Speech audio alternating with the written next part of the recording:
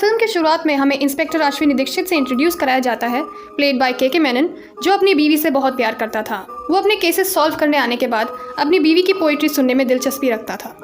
कहानी में हमें आगे ये पता चलता है कि के मेनन को हर दिन ऐसे सपने आते थे जिसमें वो देखता था कि कोई उसकी बीवी को जान से मारना चाहता है। अब ऐसा क्यों होता था ये हमें इसी वीडियो में आगे पता चलेगा।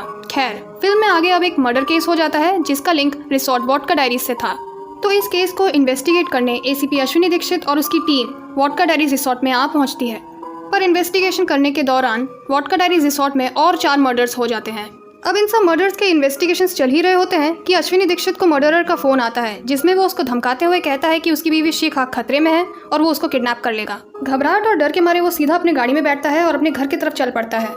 घर में आके वो पाता है कि उसकी बीवी शिखा मिसिंग है और यहाँ पे दोस्तों उसको वही सपना आता है जो उसको फिल्म में पहले आया था, जिसमें वो देखता है कि कोई उसकी बीवी को जान से मारना चाहता है। यहाँ पे हैरानी की बात तब आती है जब सारे मुर्दा जिंदा होने लग जाते हैं और उसका असिस्टेंट उसको फोन करके बोलता है कि फॉरेंसिक लैब से सारे लाशें गायब हो चुकी हैं।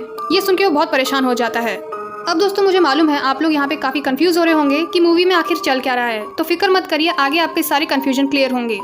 मूवी में सबसे बड़ा प्लॉट ट्विस्ट तो तब आता है जब हमको पता चलता है कि उसकी बीवी शिखा कभी जिंदा थी ही नहीं। दरअसल उसके पति ने उसको एक्सीडेंटली मार दिया था, जिसके गिल्ट और सदमे से वो कभी बाहर नहीं निकल पाता है, जिस कारण उसको इंटेंसिव ऑब्सेसिव आइडेंटिफिकेशन डिसऑर्डर हो जाता है, जिसमें वो खुद ही की आइडेंटिटी को नहीं पहचान पाता और उसकी दबी हुई मेमोरीज की वजह से उसकी बीवी उसको मरी हुई दिखाई देती। सदमे के कारण वो अपने ही नॉवेल के favourite character ACP Ashwini Dixit को अपना लेता है। जी हाँ दोस्तों, वो एक राइटर था जिसका नाम था ऋषि गौतम।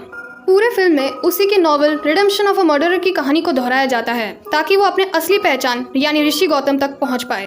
दोस्तों फिल्म के एंड में हमें ये दिखाया जाता है कि ऋषि गौतम अपनी ही बीवी को इमेजिन करके खुद से ही बातें कर रहा है, तो वो ठीक हुआ या नहीं ये कंफ्यूजन एंड में रह जाती है। फिल्म यहीं खत्म हो जाती है। दोस्तों अगर फिल्म की डिटेलिंग की बात करें तो फिल्म को अगर आप दोबारा देखेंगे तो आप पाएंगे कि ऋषि गौतम के अलावा उसकी बीवी से और कोई बात करता ही नहीं है, क्योंकि उसकी बीवी एग्जिस्ट ही नहीं करती थी। तो ये थी आज की वीडियो दोस्तों, थैंक्स फॉर वॉचिंग।